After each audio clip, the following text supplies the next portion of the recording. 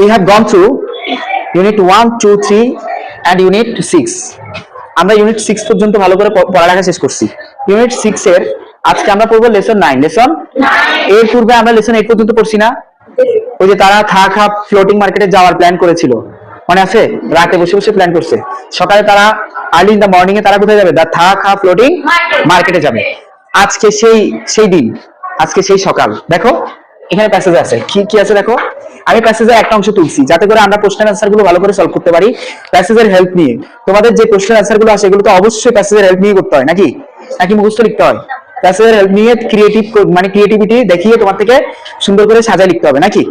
এখন দেখো এখানে কি লেখা আছে? ইট ওয়াজ সানডে। কি বার ছিল? হ্যাঁ, এটা কি বার ছিল? আচ্ছা, হোয়াট ওয়াজ দ্য ডে? এরা খুব দ্রুত গট রেডি। গট কি? নিজেদেরকে প্রস্তুত করিয়ে নিয়েছে, এটা এক ধরনের প্যাসিভ ভয়েস। এই প্যাসিভ ভয়েসটা করা হয়েছে গট মানে গেট থেকে গট পজিটিভ ভার্ব দিয়ে। কি দিয়ে? Positive verb. কি এগুলোকে পজিটিভ ভার্ব বলা হয়? যেমন have, make, get, let, help. কথা বুঝতে পারছি? তাহলে এই পজিটিভ ভার্ব গুলো দিয়েও কখন মাঝে মধ্যে কি করা হয়? প্যাসিভ করা হয়। আর পজিটিভ ভার্ব গুলো কি অর্থে প্রকাশ করে?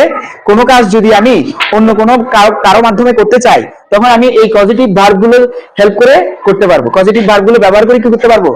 যেমন আমি যদি বলি, আমি যদি হেল্পের ব্যবহার দিয়ে করি, যেমন ফর এক্সাম্পল, হ্যাঁ, হি হেল্প মি, সে আমাকে সাহায্য করেছিল।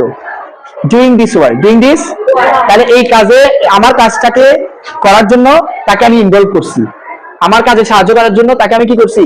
ইনভলভ করছি। এটা এক ধরনের পজিটিভ ভার্ব। এটা এক ধরনের কি ভার্ব? Positive verb. আচ্ছা আসি, এরপর কি আছে? এটা স্টার্টেড V2। যেহেতু আমাদের গল্পটা অতীতকালের মানে পাস্ট টেন্সের, এখানে থেকে রিচ থেকে রিচড।